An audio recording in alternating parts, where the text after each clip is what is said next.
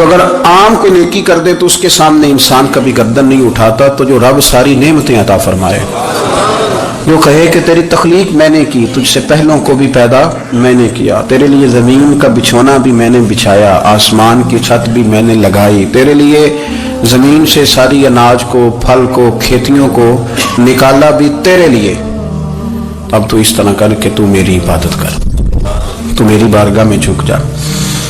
بہت سارے نشے لوگوں کو لگے ہوئے ہوتے ہیں، ہر آدمی کوئی نہ کوئی نشہ کرتا ہے، کوئی دولت کا کرتا ہے، کوئی شہرت کا کرتا ہے، کوئی اپنی تعریف کا نشہ کرتا ہے، دو چار لوگوں سے تعریف سن کے مطمئن ہو جاتا ہے۔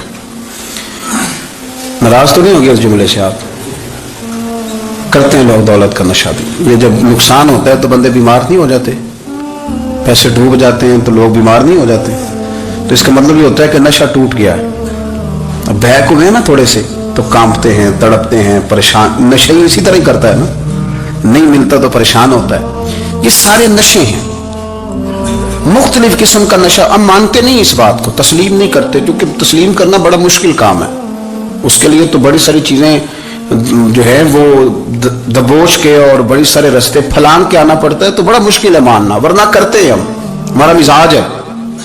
یہ گھومنے پھرنے کا، دنیا دیکھنے کا بھی ایک نشہ ہے، یہ بہت ساری باتیں کرنے کا بھی ایک نشہ ہے، گپ شپ کا بھی ایک نشہ ہے۔ دو چار لوگوں کی جب تک پگڑیاں نہ کھول لیں، بعض لوگوں کو نیند نہیں آتی، یہ غیبت کا، چغلی کا، بددیانتی کا، یہ بھی ایک نشہ ہے۔ اس پر ملا رومی رحمۃ اللہ نے بڑا کلام لکھا ہے، وہ کہتے ہیں مانگ کے کھانے کا بھی نشہ ہے، مانگ کے کھانے کا بھی نشہ ہے۔ وہ کہتے ہیں کہ ایک بھیک مانگنے والی خاتون تھی، تو بادشاہ کے پاس بھیک مانگنے آئی، تو بادشاہ کو پسند آ گئی، اس نے شادی کر لی۔ اب اس کو عادت تھی بھیک مانگ کے کھانے کی، تو وہ کنیزوں سے کہا کرتی تھی کہ فٹافٹ نہ روٹی لے کے آیا کرو، میں 2-3 دفعہ مانگوں تو پھر لایا کرو، چونکہ ایک نشہ ہے نا، تو میں مانگوں 2-4 دفعہ تو پھر۔ تو انسان بہت سارے نشے کرتا ہے، یہ مانتا نہیں، یہ موبائل، یہ فیس بک، یہ سارے نشے ہی ہیں۔ اپنی فوٹو لگا لینا، سارا دن اسی کو دیکھتے رہنا، اور بڑے بڑے سیانے بندے جو وزادار ہیں، بڑے وزادار لوگ ہیں، لیکن وہ بھی سنجیدگی کے قائل نہیں، اس طرح کے نشوں کا شکار ہیں۔ یہ سارے نشے ہیں جو ہم نے پال لیے۔ ہمارے صوفیاء، ہمارے بزرگ فرماتے ہیں کہ تم اس طرح کرو، اگر سارے نشوں سے بچنا چاہتے ہو تو سجدے کا نشہ شروع کرو، سجدے کا نشہ شروع کرو۔ یہ نا اقبال کہتے ہیں، عطار ہو، رومی ہو، رازی، آپ بات کو سمجھیں، عطار ہو، رومی ہو، رازی ہو، غزالی ہو، کچھ ہاتھ نہیں آتا بے آہ سحر گاہی۔ کہتے ہیں بہت بڑا صوفی ہو جیسے فرید الدین عطار تھے، بہت بڑا تصوف کا امام ہو جیسے امام غزالی تھے، بہت بڑا تفسیر کا استاد ہو جیسے امام رازی ہو، عطار ہو، رومی ہو، رازی ہو، غزالی ہو، پر کچھ ہاتھ نہیں آتا بے آہ سحر گاہی۔ اگر سویرے اٹھ کے روتا نہیں نا اللہ کی بارگاہ میں، اگر تہجد نہیں نہ پڑھتا، تو کچھ ہاتھ نہیں آتا بے آہ سحر گاہی، پھر اس کو کوئی چیز نصیب۔ میری بات کی سمجھ آ رہی ہے آپ حضرات؟ جب تک آپ سویرے نہیں اٹھتے، آپ اللہ اللہ نہیں کرتے، آپ کو نوافل کا چسکا نہیں، عبادت کا مزہ نہیں، فرمایا میری عبادت کرو، یہ شوق پیدا کرو، میں نے تمہیں پیدا کیا ہے۔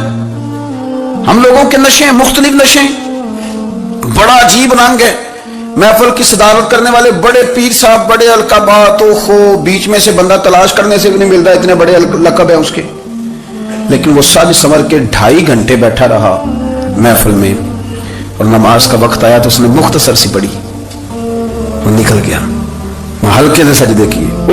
اتنا بڑا عشق رسول، نعت خواں، ہو کیا بات ہے، اور عشق رسول کا بہت بڑا پیغامبر، بہت بڑا مبلغ، وہ بیچارہ سمجھ نہیں سکا کہ اللہ کے رسول نے فرمایا تو نماز پڑھ میری آنکھیں ٹھنڈی ہو جائیں گی۔ تو یہ نشے کے عادی تو ہیں، پر حقیقت کے قائل نہیں ہیں۔ یہ بس ٹھیک ہے، خوابوں کی دنیا میں لوگ زندہ ہیں، پر جن کو یہ جو نشہ تھا نا عبادت کا، یہ میرے رسول پاک کی چاہت ہے، یہ میرے نبی کریم علیہ السلام کی۔ آپ دیکھیں نا، حضور مہینوں جا کے غار حرا میں بیٹھتے، کیا وہاں تبلیغ کرتے تھے؟ کوئی کتاب لکھتے تھے؟ رسول کریم علیہ السلام مہینہ رہتے غار حرا میں، کوئی نہ مجھے دیکھے، کوئی نہ مجھے ملے، حضور یہاں کیا ہے؟ فرمایا میں اپنے رب کی عبادت کروں گا۔ نبی کریم علیہ السلام نے سجدوں کے ساتھ پتھروں اور پہاڑوں کو آباد کر دیا، سجدوں کے ساتھ۔ آپ کا سجدہ آپ کو بہت ساری چیزوں سے چھڑا لیتا ہے، یہ بہت ساری جگہوں سے جھکنے سے بچا لیتا ہے. صوفیاء اولیاء یہ کیا کرتے تھے؟ یہ سجدے کا ذوق ہی تو پیدا کرتے تھے. سجدے کا ذوق. شاہ عبد العزیز دباغ رحمۃ اللہ تعالی علیہ اپنے مریدوں سے فرمایا کرتے تھے کہ اگر تم پکے نمازی بن جاؤ نا، تہجد گزار ہو جاؤ، تو میرے پاس آنا جانا چھوڑ دینا. اور اس کی حضور کیوں؟ فرمایا میں تمہارے اور رب رسول کے راستے میں رکاوٹ نہیں بننا چاہتا، اور میرا مقصود ہے تمہیں وہاں تک پہنچانا. جب پہنچ گئے تو پھر میری ضرورت ختم ہو گئی. ہاں کبھی وسوس آئے، شک پیدا ہو، تکلیف ہو تو آنا، ورنہ میں نہیں چاہتا کہ میں رکاوٹ بنا رہوں. تم اللہ اللہ کرو، اس مالک کو راضی کرو. میرے رسول پاک علیہ وسلم نے فرمایا بندہ اللہ کے سب سے قریب اس وقت ہوتا ہے جب وہ سجدے کی حالت میں ہوتا ہے. کس کے قریب ہوتا ہے؟ اللہ کے سب سے قریب ہوتا ہے. وہ بڑا نیڑے ہے رب کے، بڑا قریب ہے، اس لیے کہ وہ حالت سجدہ میں. وہ جب سجدے کرتا ہے نا، اس کی بارگاہ میں جب جھک جاتا ہے. آپ ذرا سجدے کی کیفیت دیکھیں نا، زبان بھی یہاں ہے، آنکھ بھی یہاں ہے، کان بھی، عقل بھی ساری، اس نے سارا کچھ رکھ دیا سجدے میں. آپ وہ کبھی پیچھے جائیں تو دیہاتوں میں کہا جاتا تھا ناک سے نکیریں نکالو. بہت بڑی سزا ہوتی تھی نا، ناک سے نکیریں نکالو، بڑی سزا ہوتی تھی. تو اس نے کہا مالک مجھے کسی نے کہا نہیں، پر دیکھنا میں نے رکھ دی ساری عقل سجدے میں، اور رکھ کے کہا کیا؟ سبحان ربی یا اللہ، اللہ میں پست ہوں تو اعلیٰ ہے، اللہ تو میرا رب ہے اور تو سب سے اعلیٰ. اتنا. اور فرمایا جب یہ اس کیفیت میں ہوتا ہے تو پھر یہ اپنے رب کے قریب ہوتا ہے. کثرت عبادت، نوافل. ہمارے ہاں عمرے کی قرآن اندازی محفلوں پہ ہونے لگ گئی ہے، حالانکہ حدیث سے ثابت نہیں. میں دوستوں سے کہتا ہوں جائز ہے، کرنی چاہیے. عمرے کی قرآن اندازی جائز ہے، پر کسی حدیث میں نہیں آئی کہ قرآن اندازی کرو عمرہ کرو. حدیث میں قرآن اندازی یہ آئی ہے کہ نبی پاک علیہ السلام نے فرمایا تمہیں پتہ چل جائے نا پہلی صف کا ثواب کتنا ہے، تم قرآن اندازی کرو. عمرے کی قرآن اندازی کا تو پوسٹر چھپتا ہے، تو یہ والی قرآن اندازی کب ہونی ہے؟ ہونی چاہیے کہ نہیں؟ حضور نے فرمایا تمہیں پتہ چلے کہ اس کا ثواب کتنا، تو تم قرآن اندازی کرو، تم قرآن ڈالو. جب آپ نماز پڑھ رہے ہوتے ہیں، جب آپ کا مصلی آباد ہوتا ہے. صلاح الدین ایوبی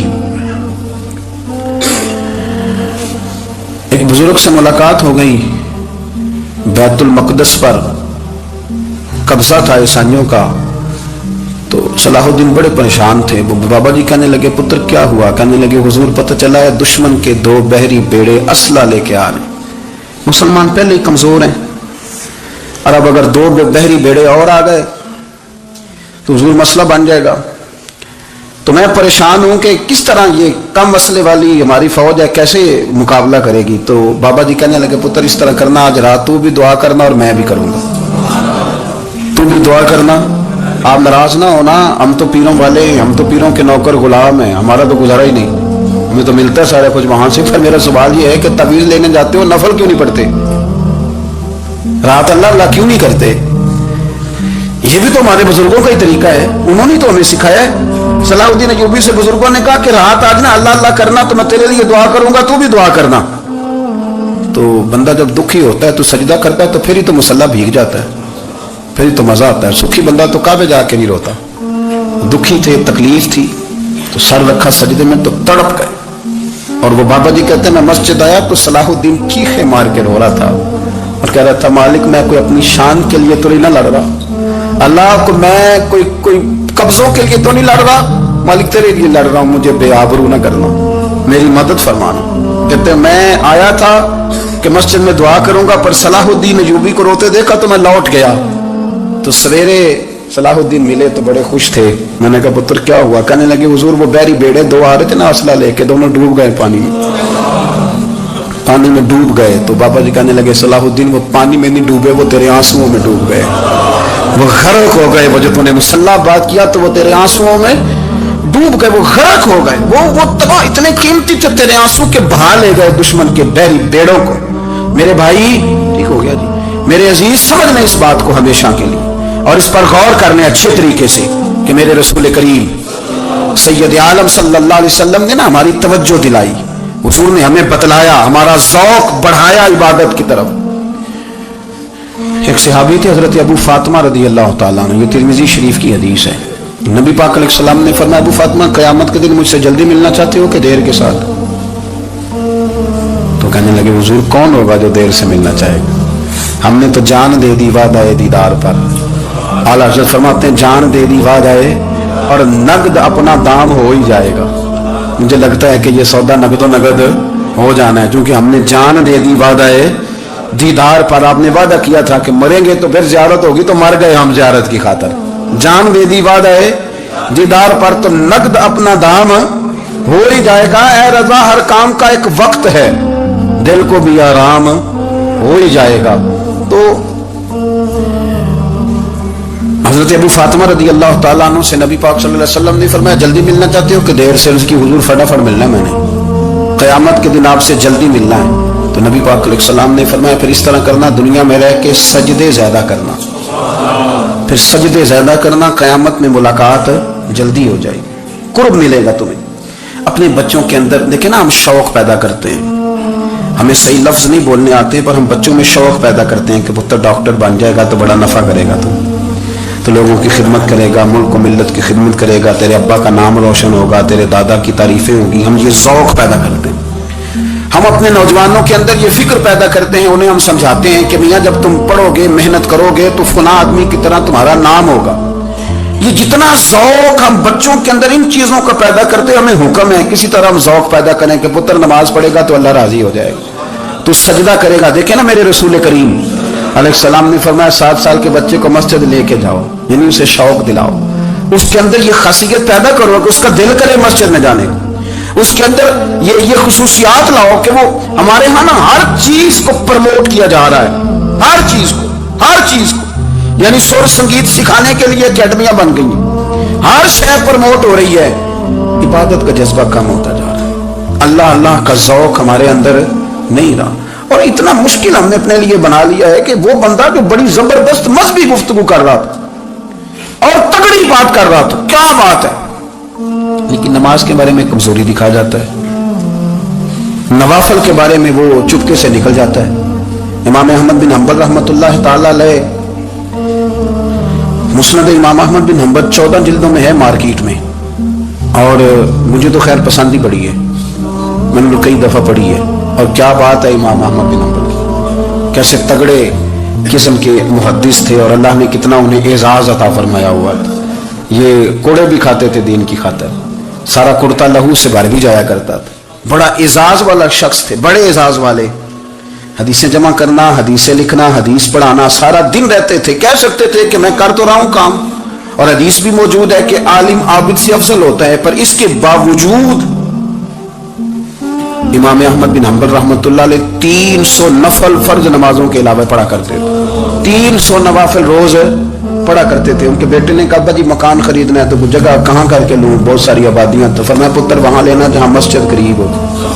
میرے رسول کریم سید عالم صلی اللہ علیہ وسلم اتنا پسند کرتے مسجد کو، اتنا پسند کرتے نماز کو کہ رسول کریم صلی اللہ علیہ وسلم تہجد کی نماز بھی پڑھتے، پھر حضور فجر کی نماز بھی پڑھتے. نبی پاک وتر کو الگ کر کے پڑھتے، عشاء کے ساتھ نہیں پڑھتے. یہ تو ہمیں سے یہ اجازت دی ہمارے بزرگوں نے کہ بعد میں اٹھے گا کون علیحدہ وتر پڑھنے کے لیے، عشاء کے ساتھ پڑھ لے. وتر پڑھتے، تہجد پڑھتے، فجر پڑھتے، اشراق پڑھتے، چاشت پڑھتے، پھر مغرب کی نماز کے بعد 6 رکعت اوابین پڑھتے، پھر رات کو صلاۃ اللیل پڑھتے. سیدہ عائشہ صدیقہ کہتی ہیں زمان